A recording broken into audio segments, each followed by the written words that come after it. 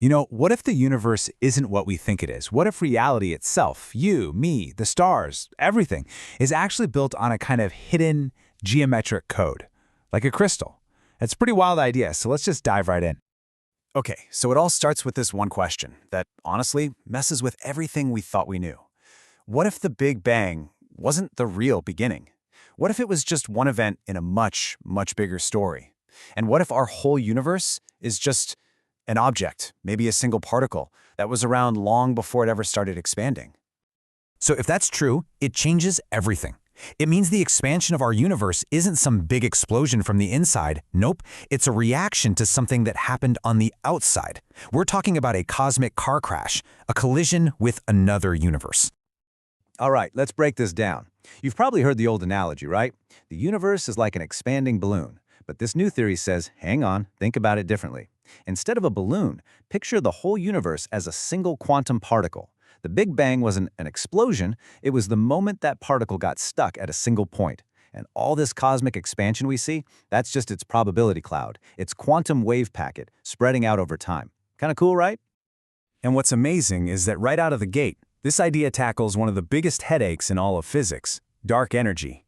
That mystery of why the universe's expansion is speeding up? The standard model just kind of throws its hands up and says, there's some mysterious energy pushing everything apart. But this theory? It has a much cleaner answer. It says it's not a push from the inside, it's a pull from the outside. A gravitational pull from that other universe we crashed into.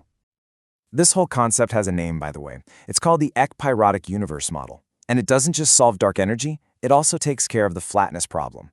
The question of why our universe is so, flat, geometrically speaking. The answer is just so simple and intuitive. The collision just squashed it flat. Think about smashing two snowballs together. What happens? They flatten out. It's that simple. Okay, so the collision explains the expansion and the flatness. But that's not all. It also has something to say about another huge mystery.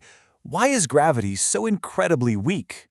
Really think about this for a second. You can stick a tiny little magnet on your fridge, and it holds up a piece of paper against the gravitational pull of the entire Earth. That's insane.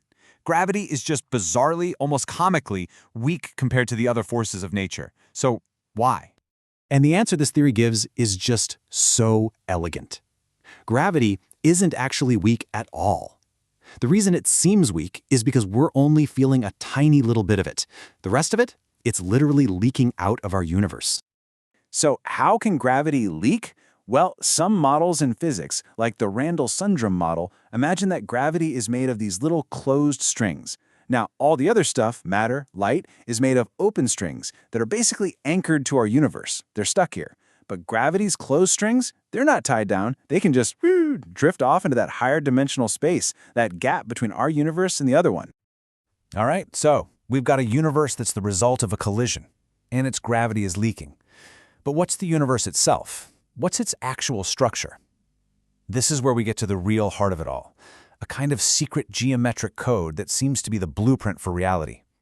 And look, this isn't just some philosopher's cool idea. This came from a super high-precision AI simulation. Researchers basically asked the AI, okay, what geometric structure would you need to have a stable universe after a collision like this? And the AI tested everything you'd expect, right? Cubes, hexagons, and nope, they all fell apart into chaos. Instead, the simulation just kept landing on one number, over and over again. An incredibly specific angle, 139.54 degrees.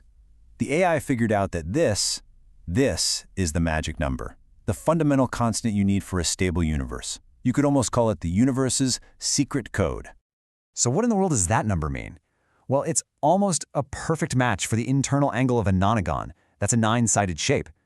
This points to our universe having the structure of something called a nonagonal quasi-crystal. And this is the cool part. Unlike a regular crystal, a quasi-crystal has a pattern that's perfectly ordered, but it never repeats. That allows for infinite, incredible complexity.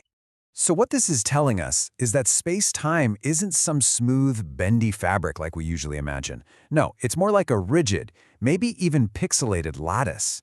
A giant, hyperdimensional crystal with a deep, fundamental geometric order. Okay, and this is where it all gets really wild, because this isn't just a fascinating idea anymore. This is where it becomes a framework that makes stunningly accurate predictions. This geometric code, it can actually tell us the exact composition of our entire universe. Okay, now look at these numbers. And this is crucial. This is not data from a telescope. This is a prediction from the math. See, there's a tiny difference between the perfect crystal geometry and the actual state of our universe, creating this geometric strain. And when you calculate the effects of that strain, the math says the universe should be made of 73.7% active energy, that's dark energy and regular matter, and 26.3% geometric shadow, which is what we call dark matter. And now, for the punchline. When we take those numbers and compare them to the actual real-world measurements from the Planck satellite, it's a near-perfect match. I mean, it's just astonishing. This one simple geometric idea predicted the exact amounts of dark matter and dark energy in our universe from scratch. Okay, making a prediction that accurate is mind-blowing. But is there any direct physical evidence? A smoking gun? I mean, if our universe really got smacked by another one, shouldn't there be a scar somewhere? Well, a lot of scientists think we've already found it, and it's been hiding in plain sight this whole time, in the afterglow of the Big Bang. It looks, for all the world, exactly like a bruise. It has an official name, of course, the CMB cold spot. It's this enormous area of the sky that is just bizarrely cold, way, way colder than any of our standard theories can explain. It's been a huge puzzle for cosmologists for years. And here's where the evidence gets really compelling. Astronomers measured how gravity bends light in that area, and they found something absolutely nuts. Gravity in the cold spot is 30% weaker than it should be. This theory gives us a perfect explanation for that.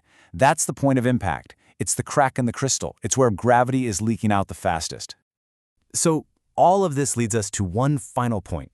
And honestly, it might be the most profound part of this whole idea. It's a detail from that AI simulation that connects the geometry of the entire cosmos to the very nature of life. You see, it turns out the math only works, the crystal is only stable, if it has a specific left-handed twist to it. A right-handed version would just fly apart. Now think about this. That same exact preference is mirrored right here on Earth. All life, from the amino acids in our bodies to the very spiral of our DNA, it's all fundamentally left-handed. It's like our biology is built to perfectly match the underlying geometry of the space-time we live in. So in the end, this whole theory just offers a new, and I think really beautiful way to look at everything. Maybe our reality isn't just some cold, random accident. Maybe it's something more organic, a beautiful but ultimately imperfect crystal.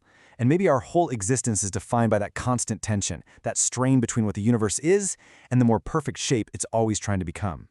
And somewhere in that struggle, we find everything: matter, energy, and maybe even life itself.